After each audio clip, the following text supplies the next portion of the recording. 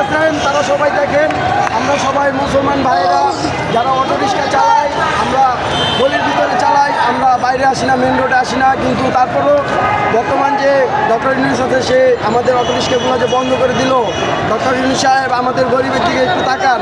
আমরা তো এমন না আমরা দিন আইন না দিন খাই, আমাদের ঋণের টাকা দিয়ে গাড়ি কিনা, আমাদের ঋণের টাকা দিয়ে কিস্তি তোলা।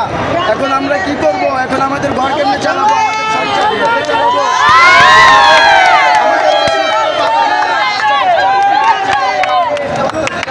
আপনারা এই অটো বন্ধ করে দিলে আমরা এখন কি করে খাবো? আমরা সাধারণ জনগণ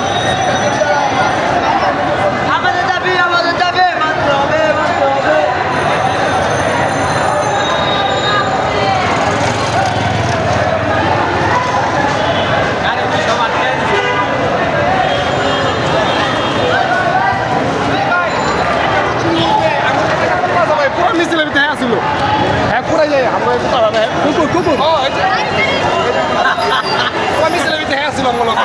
না বলো